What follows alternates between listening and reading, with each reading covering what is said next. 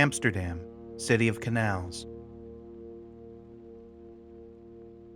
A settlement dating back to the 13th century, Amsterdam had experienced a revitalization in the 1800s with the arrival of modern industry, making it, like many other gem cities of Europe, a growing metropolis of glass and steel.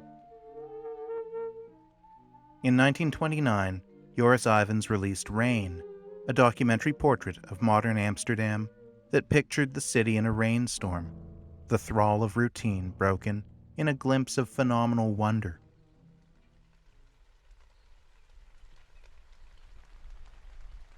The structure of rain mirrors the dramatic arc of a storm. First, clouds gather, as scenes of city life and architecture emphasize reflections, interactions of light and glass, and the role of the canals, the entwined relation of the city and the waterways that run through it. A downpour arrives, and with it, many more reflections emerge, plays of light, crowds seeking shelter, condensation forming on windows, the passing silhouettes of figures with umbrellas. Finally, the clouds disperse and the rain slows, and the sun dries the wet cobblestones. Rain resembles the singular fleeting event, the observation of a storm structured with respect to the dramatic arc of the phenomena. In fact, Ivens filmed it over a considerable period, given in some reports as weeks, commonly given as 8 months. The filmmaker balances the painterly bias of pictorialism against a cinematic modernism. From geometric compositions to graphic resonances among parts and abstractions of detail. This marks Rain as less a result of improvisation than of careful deliberation, its gradual, episodic assembly, fated to be presented as a fleeting moment in time, inherits the practiced glance of the Impressionist painter, that depiction of spontaneity that granted Impressionism a distance from the dour grit of realism.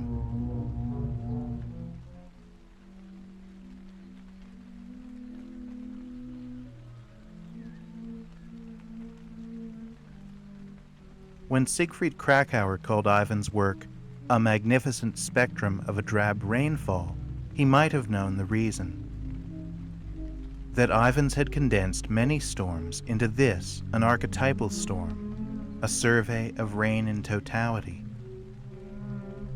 There is a totalizing impulse that comes parceled with Ivens' process, that to capture so many varieties of rainfall, and then to amalgamate them to provoke one continuous experience, is to create a phenomenal catalogue, one that aspires to picture all the ways that rain can fall, all the ways that rain can be experienced.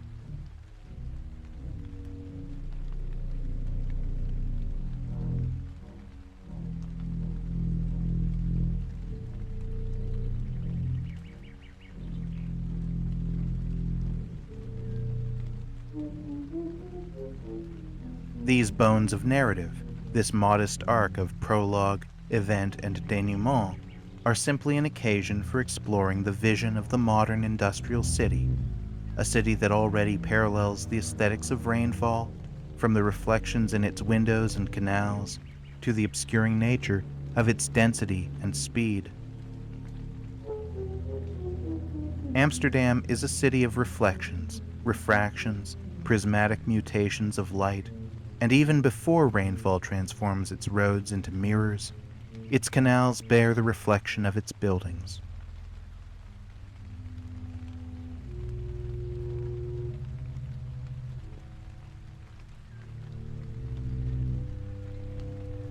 The film's symphonic form is evident in its editorial flow.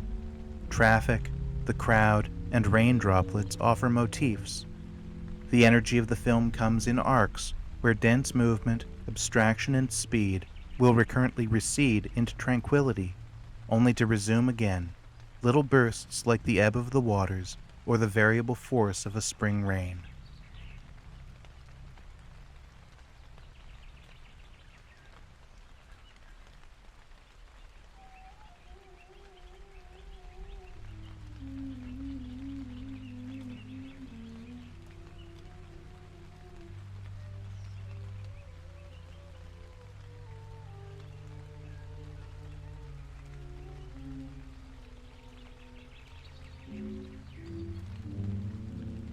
In the film's prologue, Ivens explores the relation between light and water in the city's canals.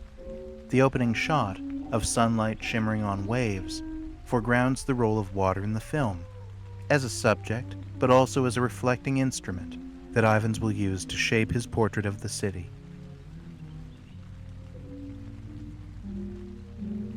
Shots taken from high angles establish physical truths of Amsterdam. Those shots, looking down on the city itself, its architecture, its rooftops, its streets, show its density and its modern character. Those shots that look down on the canals show the bows of ships breaking tranquil waters. Harsh sunlight casts onto them the shadows of the ornate railings of pedestrian bridges.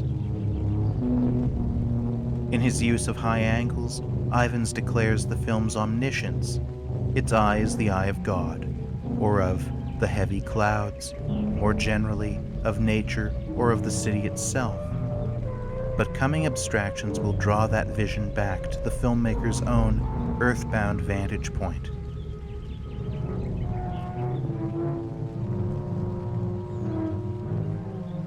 The prologue offers a sunlit vision of Amsterdam, but it also anticipates the main event. Smoke billows from a ship's funnel, backed by a cloudy sky. The shadow of a window slowly shuts, its glass speckled with refracted sunlight. Wind blows through brackish waters, trees, hanging sails, laundry, awnings. The impact caused by raindrops in the canals form concentric circles that balloon out and fade. This will provide Ivens with a central motif against which other details will be held in an A-B relation.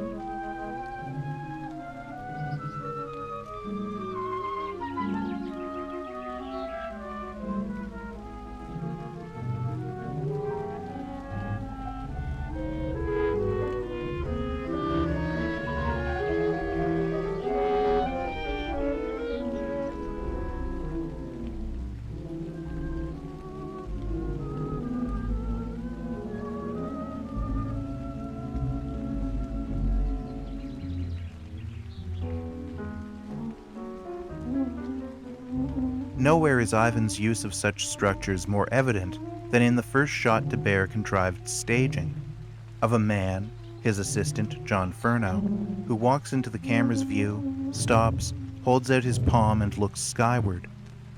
Ivens cuts not up to the clouds, but down to rain falling in the canals, and then back to Furno, who lifts his collar up, a dramatic intervention that serves as a transition point, but also a sign that the raindrops falling on the canals will serve as a refrain.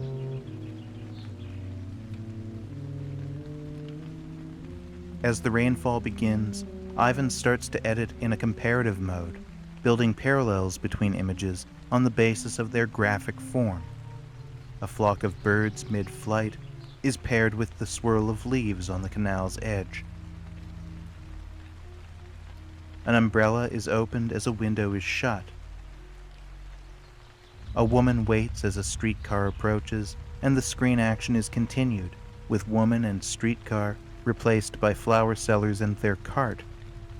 Such tricks of continuity are common in Rain, but Ivens has realized other forms of continuity, often bridging images together for having concentrations of action in the same area of the frame, revealing a pattern of exchange between natural and social phenomena.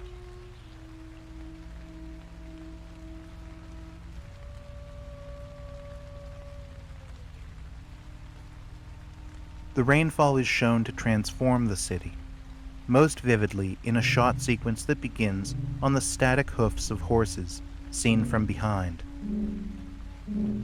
This gives way to the steady march of a pair of feet, again seen from behind. From there, the camera is mounted in the lap of a cyclist as they navigate the rain-soaked streets. This evolution concludes with the cyclist's reflection on the wet road. from static hoofs to walking feet to two distinct perspectives on and around the bicycle.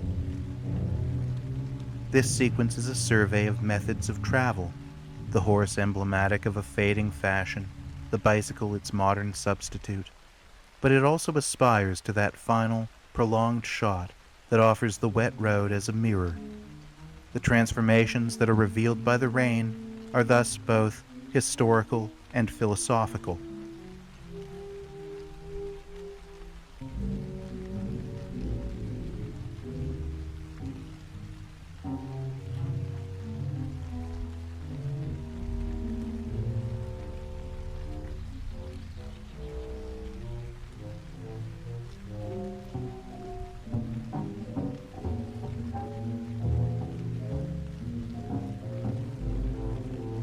The rain falls amidst demonstrations of the density of the modern city. As cars and streetcars pass, some will speed screen left and others screen right. The pedestrians, whether striding or scurrying or waiting in queues, are willfully disorganized in their escape by editing techniques that bind them in a metaphor where the steady beat of raindrops and the human presence in the streets have become one. This is readily demonstrated when crowds of pedestrians stroll a market street, seen from a high angle, which cuts to rain gathering in an eaves trough, shot in parallel to the angle on the market. From here, Ivens cuts to a curb that juts at an inverse angle, and which finds its own parallel in a subsequent shot, from inside a streetcar as it pulls to a stop. Parallels between the geometric framing of Ivens' camera work and the motion of the subject occur throughout. Ivens likewise creates tensions of screen direction, filming subjects that pass left to right, right to left, or, when he films from vehicles, with an unrestrained forward momentum.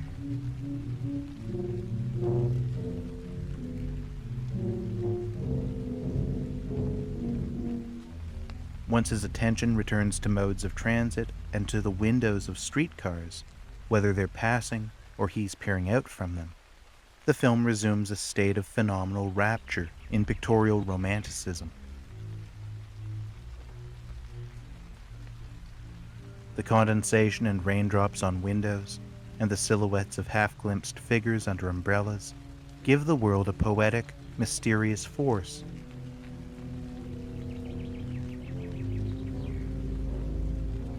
Shots taken from vehicles are given structure, with the insertion of observational footage of people in the streets, or in one telling instance, from a high angle of streetcars, a means of reinforcing that tension between the omniscient eye of the movie and the intimate, pictorial, frail vision of the street-level camera.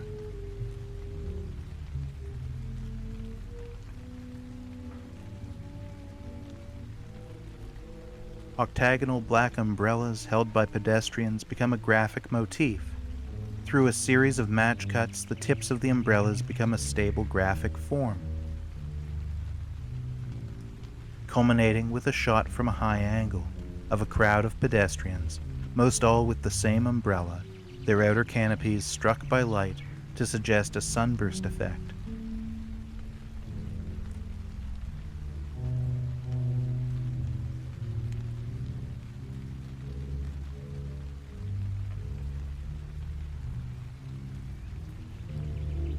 The uniformity of the throng is made all the more uniform. The opacity of silhouettes in a streetcar, or, as Ezra Pound would have it, the apparition of these faces in the crowd, petals on a wet black bough.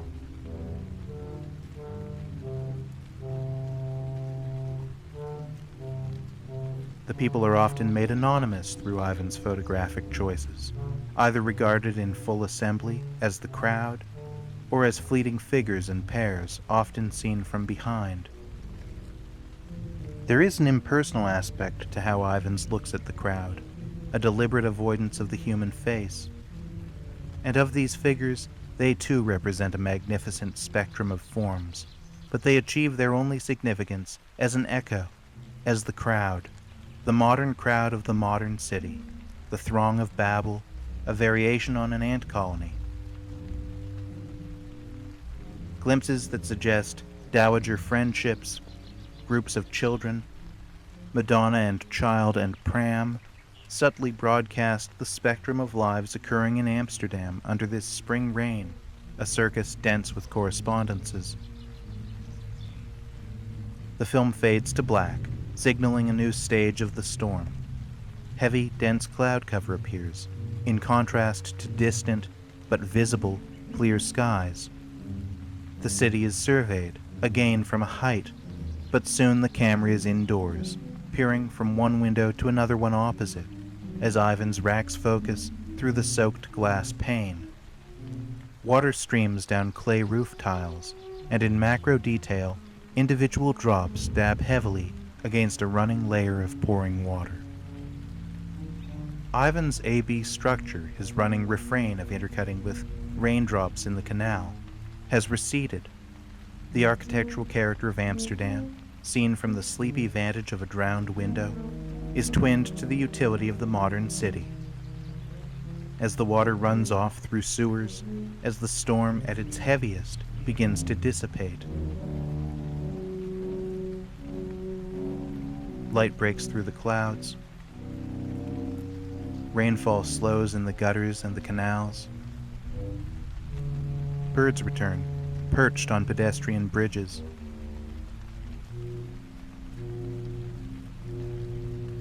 In a final show of phenomenal wonder, Ivens returns to the theme of reflection, entering at the climax into the height of the film's pictorial romanticism, discovering in this softened, doused world a canal that reflects, in jagged, cubist geometry, the trees and buildings of the city.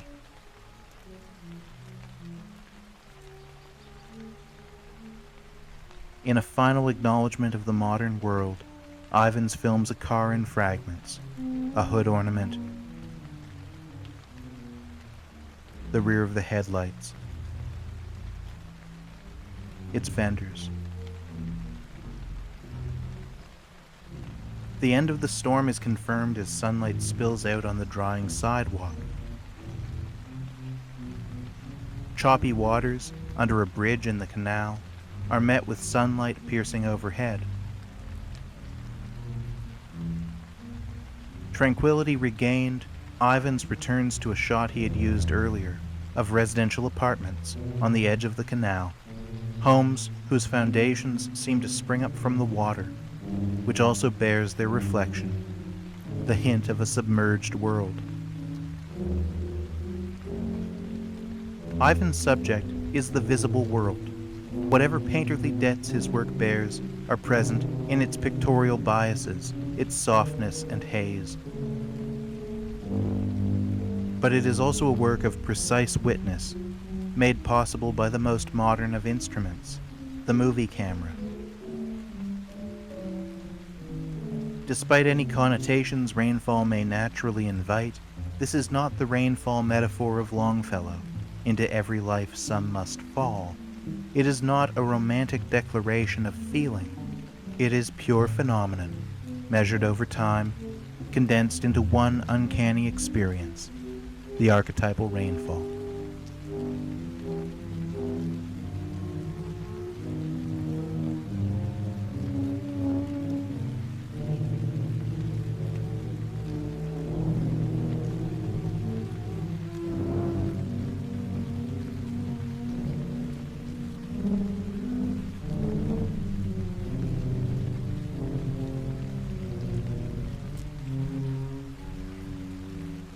More than a decade after Rain was completed, Ivens commissioned a new score from composer Hans Eisler. Eisler titled his composition 14 Ways of Describing Rain. Among its features, a 12-tone row structure and a heavy debt to the serialism of his teacher Arnold Schoenberg, to whom Eisler dedicated the composition. Eisler's work maintains its autonomy, but its title, likely an allusion to Wallace Stevens' 13 Ways of Looking at a Blackbird, provokes an essential question about the relationship between image and language. Is rain a description of rain? Is Ivens, in making his film, describing rain? Is description a purely linguistic exercise parceled in the communicative properties of language? Does music describe? Does film describe? If rain represents a number of ways of describing rain, how does it describe? What form does that description take?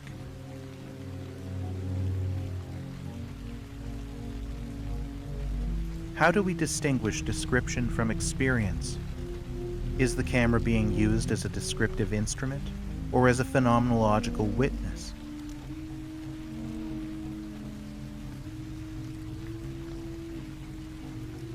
Can an experience, when transcribed by a camera, become sustained?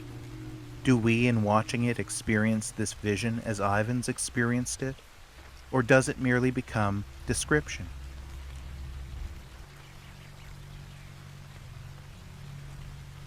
And is description, by contrast, a form of digestion, of rendering the past by naming it?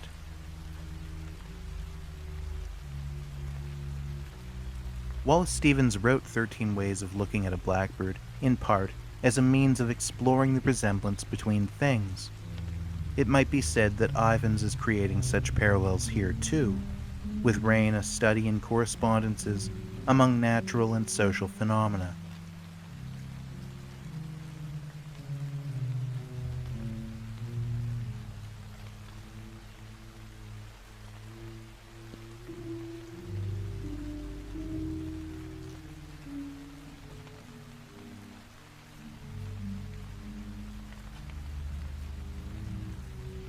Rain is a pulse, the only constant in the scene. Is this a description of rain? A raindrop can be felt, but it cannot be caught.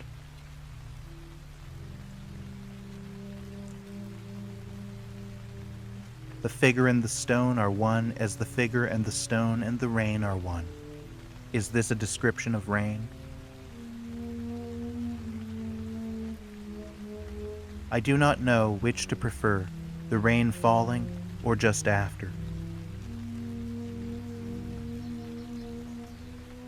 Hey ho, the wind and the rain it raineth every day. Is this a description of rain? The tree's reflections are broken by the patter of raindrops.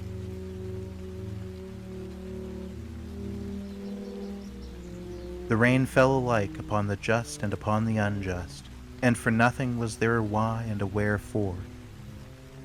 Is this a description of rain?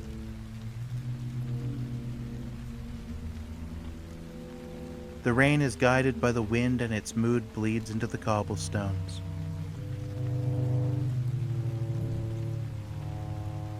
When the rain poured from the sky, it marked the ground in specks and tides.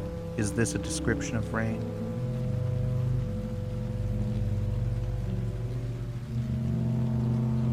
The rain is falling all around, it falls on field and tree. It rains on the umbrellas here and on the ships at sea.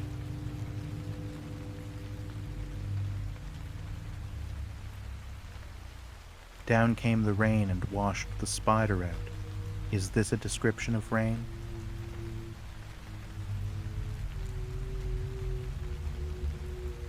The sun is setting, the rain is falling.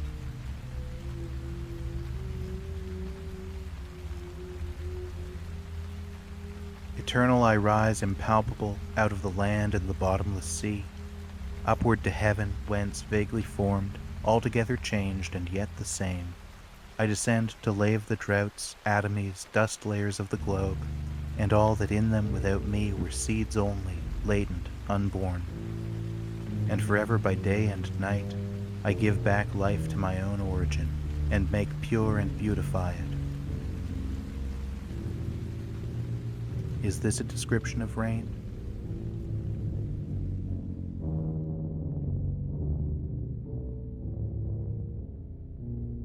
It was raining, and it was going to rain.